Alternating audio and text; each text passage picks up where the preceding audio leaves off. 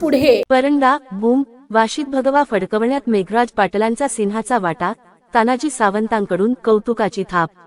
Paranda boom आणि वाशी या तीनही तालुक्यांच्या पंचायत समिती निवडणुकीत शिवसेनेची एकहाती सत्ता स्थापन करण्यासाठी दिवस रात्र एक करणाऱ्या मेघराज पाटील यांच्या कार्याची दखल खुद्द शिवसेना नेते तथा माजी आरोग्यमंत्री डॉक्टर प्राध्यापक तानाजी सावंत यांनी घेतली आहे. पुण्यातील कात्रज येथील जयवंत बंगल्यावर आयोजित विशेष कार्यक्रमात आमदार सावंत यांनी मेघराज पाटील यांचा सत्कार करत त्यांच्या पाठीवर कौतुकाची थाप मारली. नुकत्याच झालेल्या पंचायत समिती निवडणुकीत परंडा मतदारसंघातील राजकीय समीकरणे अत्यंत चुरशीची होती.